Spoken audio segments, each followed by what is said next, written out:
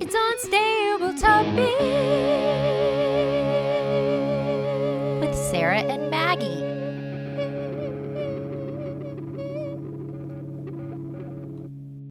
Hey, welcome to Unstable Topics, a fast-paced, jam-packed, unhinged bestie podcast filled with facts, reacts, and made-up games in between. We're your hosts, Sarah and Maggie. And we're excited for you to join our best friend hangout, where we surprise one another with things we find interesting or hilarious, or just to see how the other will react. Our friendship might be totally stable, but you never know what your bestie might throw your way to knock you off your game. So come shake things up, learn something new, and laugh along with us. This is Unstable Topics. 3, 2, 1, fight. Hey, bestie. Hey, bestie. Everyone in my house is sick. Oh, no. Except for me. I'm not fully sick. As you know, though, I feel like with sickness, the viruses are very specific. Like, let's get the kids and the husband. Let's leave mom out of it. Let's leave mom out of it because you know what? She's got to do it anyways. Mm-hmm. And then until everyone's well, and then they're like, okay, now that everyone has high energy and there's like the event you've been looking forward to, let's strike mom out. Let's get her out of there. 100%. So everyone else can go to like Disney World and you have to stay home. Or you know what I mean? Yeah. Honestly, though, I would let everyone go to Disney World and I stay home. That's fair. I would too. I'd be like, oh, sorry, I can't go. I think I texted you this yesterday. I saw photos of people in Disney World and I'm like, you know what? That looks miserable. I just don't think it's like, I think that it's been really well marketed as a magical place, right? And so people are like, we have to do it. We have to go. Everyone's going to have the best time. But when I imagine going to Disney as a parent, I imagine it being a lot of tears, a lot of crying, a lot of not eating really expensive plates of food. Yes. And then a lot of, I want that from the gift store. Oh my gosh. And then waiting in lines and then you have to figure out what you want to go do. Like there's so much planning involved in a trip to Disney, not even just planning to go, like where you're going to stay, getting the tickets, booking the airfare, all of that, which is a tackle unto itself. But to plan then when you're there, your itinerary, you can't just go. It's an entire industry, Disney planning. People make money as Disney planners for people's family vacation because that's how stressful and complicated it is. And there's so many like tricks, like you got to get a fast pass, but you got to get a fast pass for like these rides. I don't know. It just sounds like a lot. It sounds like a lot of stuff, but I don't have the mental capacity for it right now. And I'm not rich enough to hire someone to plan it for me. Yeah. And I don't really, I wouldn't, even if I was, I'd be like, I'm going to take this on by myself because that's who I am. And then I'd be like, this is miserable. I should have paid someone to do this. I would pay if I was rich enough and wealthy enough to go to Disney, because going to Disney for a family, airfare, tickets, hotels, it's a small fortune. It's an investment. And then I would be there and I'd be so mad at everyone. And, you know, I'd be like, oh, you should smile. I'd be like that parent. Yes. Like, everyone be happy. Be We're magical. at the happiest place on earth. Which is then, so if I'm rich enough to do it, I would assume I'm rich enough to also hire someone to make it stress-free. So I just show up. Every morning there's an itinerary. We go, we enjoy. It's fine. But that's not going to happen. So I am of the opinion now, before, like if you would ask me a couple years ago, like I cannot wait to take Walter and now Annie to Disney World or Disneyland. And now I'm like, no. Now I'm like, hey, you know what? There's a wagon and a hill in our neighborhood and let's ride that roller coaster. And Walter doesn't even like Disney. He doesn't like Disney movies. He refuses. He says, Mama, I don't like movies. They're too long. I will say when I was a kid, when I was in, I think second grade is when we went and we got it for Christmas, maybe. I don't know. We went during spring break. So wait, hold on. When we learned, my brother and I learned that we were going to Disney, my dad was like, hold on. I did not know you were that type of rich growing up. Well, this was the 90s. And also we never went on vacations. We went on. Because they were saving for this one Disney trip. We went on this one Disney trip. I think we went on 4 vacations my entire childhood. And one of them was Disney. And we had to stand at the window and watch cars go by because my dad was like, this is what it's like waiting in line. And it was the best preparation, honestly. I was more prepared for Disney than I think a lot of children were. My favorite thing from that whole trip, my parents spent all this money, this magical vacation. We went to the beach one day. When we came back, all I could talk about was my mom's friend's weenie dog that I met. My mom was like, wow, we just spent so much money on this magical vacation, and we could have just taken you to pet a wiener dog. She's not wrong. 3, 2, 1, fight. Robert R. Provine, professor of psychology and neuroscience at the University of Maryland, Baltimore, and some graduate students listened in on normal conversations at local malls. They found that out of 1,200 laugh episodes, only about 10% were generated by a joke. Laughter really has a bonding function between individuals and a group, said Provine. This makes sense to me because I'm a nervous laugher. Yeah? I laugh all the time. I'm a constant So you're not laugher. laughing because something's funny. You're just No, laughing. I'm laughing because I'm uncomfortable. Or I'm laughing because that was interesting. Let me laugh. And I think it's because I'm trying to bond with people. Yeah, that makes sense. I laugh at bad jokes when I'm around people that I don't know. Like if someone's trying to tell me a joke and I'm like, that's, but it's kind of sad to think about all the laughter that happens in this world. And it's just because people are uncomfortable or they feel bad for somebody. Well, it's also though, like I have to tell my kids all the time because they get upset if they're doing something that's like, so my daughter MJ, she'll be performing and she'll have written or like has this song she's making up. And if people are laughing, she gets really mad. She's like, this isn't funny. And I have to tell her, like, people laugh when things bring them joy too. Oh, that's a good perspective. That's good. I like that. Like, this is adorable. This brings me joy. So I'm laughing. It's not necessarily funny.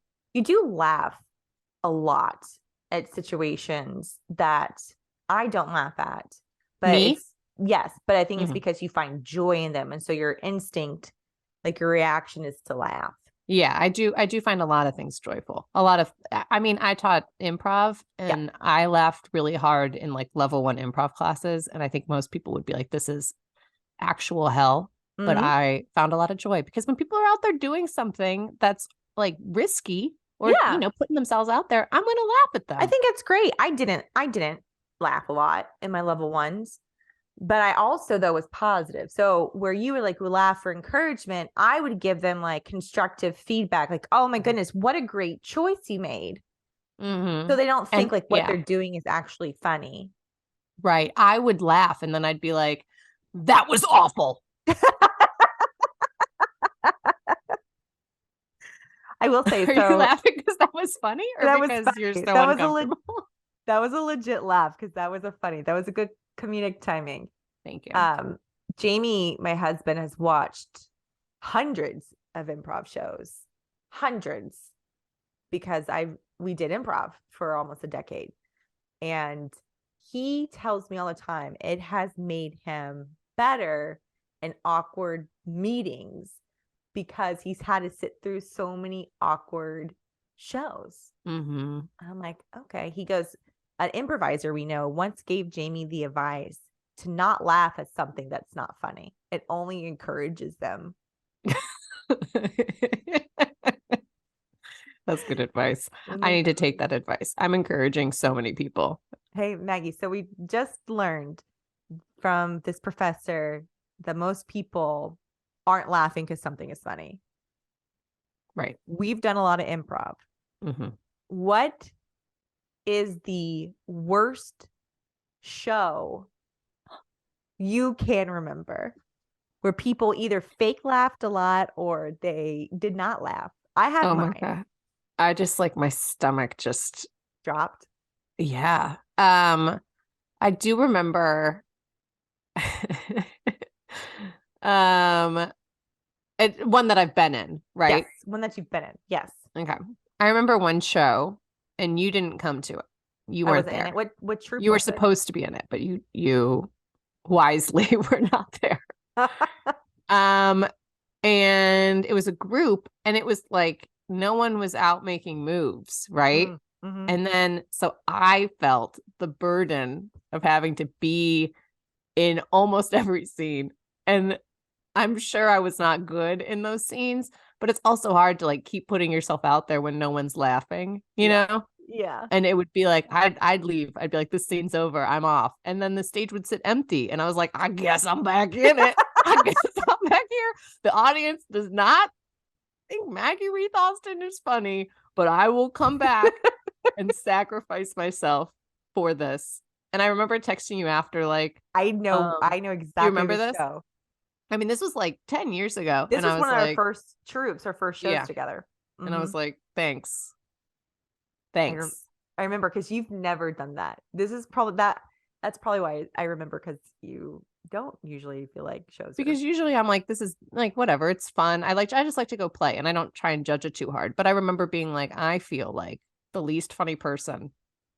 And I'm also feel like I have to be in every scene. And I hate that feeling because I don't, you get in your head, man. Yeah. How How about you? I distinctly remember Photobomb, one of our early shows at the original Dallas Comedy House back on Commerce. And it was a late show. So probably like 10:30. I think we were second up, which is usually great. Like, you usually have a packed house. It's a fun show. People are looser. But this night in Dallas, it was storming terribly.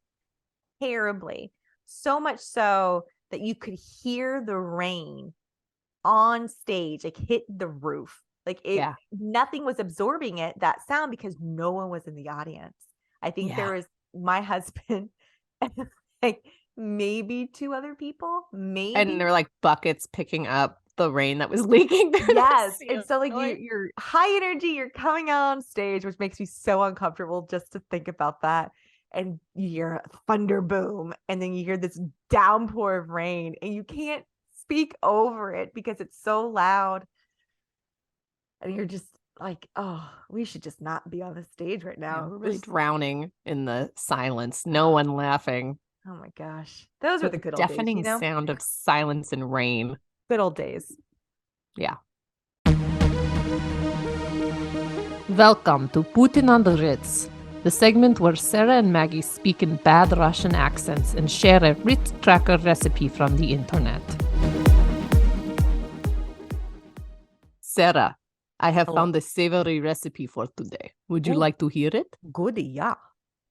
It is meatball Ritz cracker. Wait. Meatball Ritz? Meatball Ritz cracker. Yes, always on my recipe will have Ritz cracker. Always. Okay. This recipe very simple. You need only frozen bite-sized meatballs. Wait, one more time. Frozen bite-sized meatballs.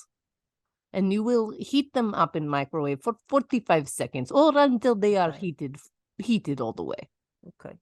Then you will need mozzarella cheese. You will cut the mozzarella cheese, put it on the Ritz crackers, put a little bit of spaghetti sauce, top with half a meatball, flat side down. Flat side down. So you have a little ball on top. A ball dome. And A then, meatball yes. ball dome. A dome. dome. Better word. Sometimes my English escape me. It's Then you will put a little bit of spaghetti sauce on top of that. If you are feeling fancy, you could put parsley too. But essentially, this is it. Very simple. Cracker, what do you think? Cracker, meatball, mozzarella. Mozzarella? What's the word? Mozzarella. Mozzarella. Mozzarella is more... You must be Italian. 9. That's German. Hello. Get this back. Hello. Get this back. So, meatball, cheese, spaghetti sauce. Yes. Sounds delicious. You eat this up? I eat this up. Where would you serve this? Where would I serve? I would serve this at the barbecue. Oh! I would put it on a fancy plate, And I would be like, hello, welcome to my barbecue. Here is a meatball dome. Please come in. People would be like, oh, this fancy barbecue. I thought barbecue was just casual, nearly willy, but no, this is fancy barbecue. I was expecting Ritz cracker with some store-bought French onion dip, not Ritz cracker with half a meatball on it. This reminds me of, hello, Real Housewife barbecues. Yes. They come, they fancy. They dress in heels to sit in grass. This is where I would serve meatball cracker dome. Does this sound yummy? Sarah, are you ready for your fact? Yes, I am. In the United States, over 100 million people experience allergies and 20 million experience food allergies. The most common food allergy for adults is shellfish, while children are most commonly allergic to milk. So I am part of the 100. Is this like seasonal allergies too? Yes. Or like, yes, great. Yeah, I'm in that group. I have terrible seasonal allergies. As do I. Awful. But also Dallas-Fort Worth is notorious for allergies. Horrible. I don't know if it's just because of our politics or the way the wind blows, but for some reason, there are just terrible allergies here in North Texas. It's certainly the political climate in Texas is certainly a cause for allergies. It's conducive. If only the politics were different. The politics. Was that good? Nailed it. Oh my. Texas politics are giving people the sneezes. I was surprised that it was milk for kids. Like cow's milk? Yeah. Well, I think about it though. It kind of makes sense when you have, I don't know. My children, Walter had a sensitive tummy when he was younger, but he was also born earlier. And they say like the earlier you're born, the less founded, or what's the one I'm looking for? Your digestive system isn't fully formed. So whatever. And so I always chopped off that because Annie doesn't have any issues because she was born on time. But can Walter drink milk now? He does, but he doesn't drink a lot of it. I feel like growing up in like Western New York, we drink milk all the time. We did too as kids, but I think that that's a product of the 90s. There was a huge push to drink milk. Remember? Got milk? Yeah. It was like milk, constantly drinking milk. Milk at lunch, milk. And now they advertise milk for after races. Yeah, like you run a marathon and they're like, drink some chocolate milk. Best thing you can do. I've heard of that. I don't run anymore and I don't drink milk anymore. Maybe those two things are related. I don't know. Maybe if you drank some milk, you could run a marathon again. I don't think I'm allergic to milk, but I will say anything with a high density lactose count would not serve me. Like ice cream. No. But I'm also my gosh. You can't eat ice cream. I can. Like I technically can, but my tummy will be full of the poops. Ugh. No one wants that. Well, Sarah, are you ready to react? Yeah, absolutely. So over 20 million Americans have food allergies. What food would you still eat, even if you had to carry an EpiPen every day to enjoy it safely? Like, what's your food? Oh my gosh. That's a really good question. And it's seasonal. Like right now, we're springtime, Easter's coming up. So it's Reese's eggs. Oh, yeah. I would carry an EpiPen to eat one of those. Honestly, though, Reese's has done a really good job of making their food shaped like different seasons, right? Because then you come to Halloween and you're like, well, of course you're going to eat Reese's. Mm-hmm. And then it's Christmas time and it's like, well, it's a Reese's Christmas tree. So I guess it's time to eat that. And then Easter, it's like, here's an egg. The egg was original. The egg was first. Always the first holiday shape? Yes. First egg was the Reese's Really? egg. Yes. And then everything else came from that, I believe. I'm like 98% sure. You can It's interesting that they would start with Easter, not Halloween. But I feel like Halloween is the candy time. But the Easter Reese's egg is notorious for being delicious. Like everybody waits for the season for the Easter eggs to be rolled out because they taste better than regular Reese's. It's got a better It's peanut butter to chocolate ratio. Yes, they're more delectable. How does it stack up to the Christmas tree? I don't usually eat. I usually only do the Reese's eggs. I don't purchase the Reese's because I feel like they're knockoffs. I feel like they're knockoffs. I'm like, no, this is not what I want. You're just trying to get more money from me because you're shaping it now. And usually just looks like a big poop anyways, you know? So I would That's not, true. that would not be on my list. Just the Reese's eggs as I'm thinking about it in this moment. There's got to be something else. But right now, that's what it is. What about you? Probably pizza. Pizza's the best like breakfast, lunch, dinner That's fair. option. And I think that I would not be able to be next to a pizza and not eat it. That's interesting. I think that's a really good way to phrase it. What could you be next to and not resist eating it? Also, the like potato chip. You ever go somewhere and there's just like potato chips out? How can you not? Tortilla chips. Tortilla and salsa. chips. Yeah. Oh, yeah. They bring it to the table. I could not be like, take this away. No.